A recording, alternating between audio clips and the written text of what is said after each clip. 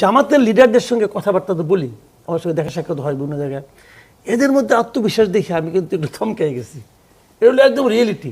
এদের আত্মবিশ্বাসটা আপনি দেখেন, তাদের তো একটা হিসাব আছে, তারা তো ফিল্ডে আছে রে ভাই।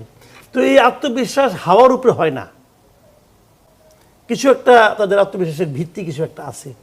বিএনপি এর বিপরীতে কি স্ট্র্যাটেজি গ্রহণ করে? বিএনপির অনেক লিডারের মধ্যে আমি একটা কিন্তু গা ছাড়া ভাব দেখছি।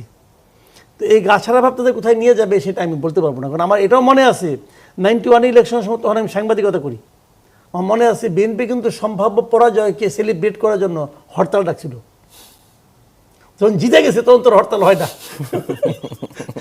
এটা কিন্তু ছিল, কিন্তু বুঝছেন না, আওয়ামী লীগও পূর্ণ প্রস্তুতি